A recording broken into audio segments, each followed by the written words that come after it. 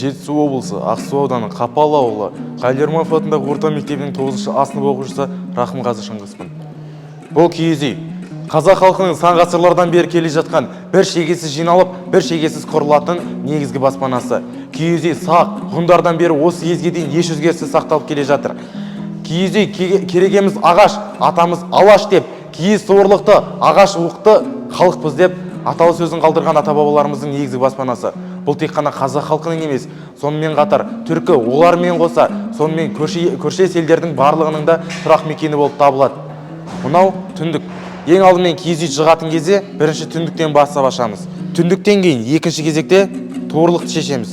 Туырлық дегеніміз осы уықтың төбесін жауып тұратын киіз.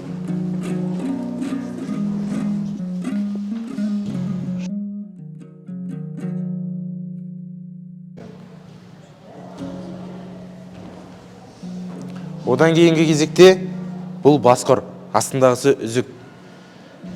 Туырлықты алғаннан кейін басқұрды шешеміз.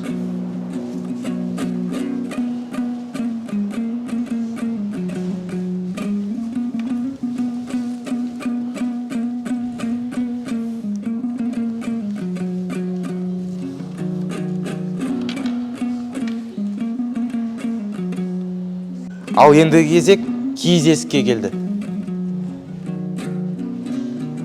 Ал жігіттер, кеттік бір-бір уықтан ұстаймыз.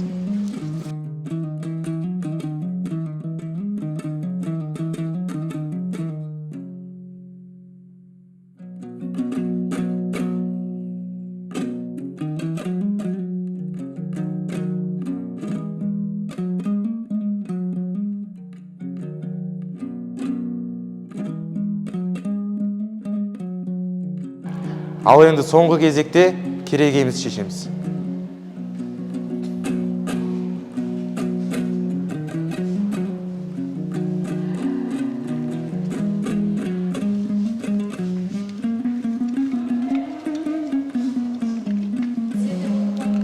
Сонымен керегеміз осылай жиналатын болады.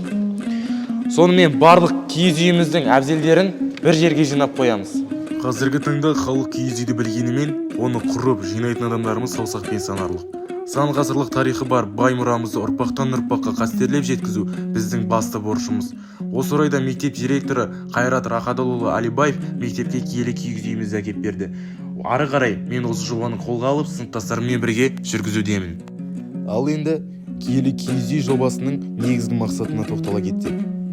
Қазақ халқының ұлттық мол қазынасына шолу, оқушылардың ой-өрісін дамыту, адамгершілігі мол тұлға қалыптастыру, оқушыларды парасат білімге тәрбиелей отырып, рухани өмірдің әдемі әлеміне жетелеу, оқушылардың дүниетанымын кеңейту, киіз үй туралы жан-жақты мәлімет беру, жүйелі түрде өз пікірін айта білу, киіз үй құрылысымен таныса отырып, жығып тігуді үйрету, киіз үй әшекейлерін қолмен жасап, жобаны ары қарай толықтыру, ұлт дәстүрі тарихымен таныстыру арқылы отанын сүюге, ұйымшылдыққа тәрбиелеу.